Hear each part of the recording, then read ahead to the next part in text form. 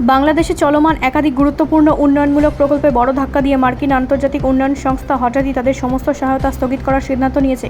এর ফলে খাদ্য নিরাপত্তা, জনস্বাস্থ্য, পুষ্টি ও গ্রামীণ উন্নয়ন সংক্রান্ত বহু প্রকল্প অনিশ্চয়তার মুখে পড়েছে।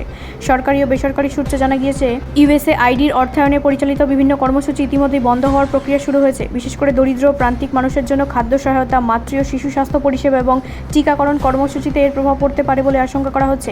বিশেষজ্ঞদের মতে এই সিদ্ধান্তের ফলে বাংলাদেশের গ্রামীণ অর্থনীতি ও স্বাস্থ্য ব্যবস্থার তাৎক্ষণিক চাপ তৈরি হবে। বহু এনজিও, স্থানীয় সংস্থা যারা ইউএসএআইডির অর্থের ওপর নির্ভরশীল, তাদের কার্যক্রম চালিয়ে যাওয়া কঠিন হয়ে পড়বে। যদিও এই সহায়তা স্থগিতের সঠিক কারণ এখনও স্পষ্টভাবে জানানো হয়নি।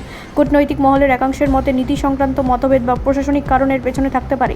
তবে বিষয়টি নিয়ে বাংলাদেশ সরকারের তরফে এখনও বিস্তারিত কোনো আনুষ্ঠানিক প্রতিক্রিয়া পাওয়া যায়নি। অর্থনীতিবিদদের একাংশ মনে করছেন, এই পরিস্থিতিতে বিকল্প অর্থায়নের উৎস খোঁজা জরুরি হয়ে পড়েছে। একই সঙ্গে আন্তর্জাতিক সহযোগিতা বজায় রাখতে কূটনৈতিক স্তরে উদ্যোগ বাড়ানোর কথাও বলা হয়েছে। বর্তমানে দেশের উন্নয়ন প্রকল্পগুলির ভবিষ্যৎ নিয়ে অনিশ্চয়তা তৈরি হয়েছে। পরিস্থিতি কতটা দীর্ঘস্থায়ী হয় এবং সরকার কী পদক্ষেপ নেয় সেদিকেই নজর রাখছে সংশ্লিষ্ট মহল। ব্যুরো রিপোর্ট, রাষ্ট্রীয় প্রসার বাংলা।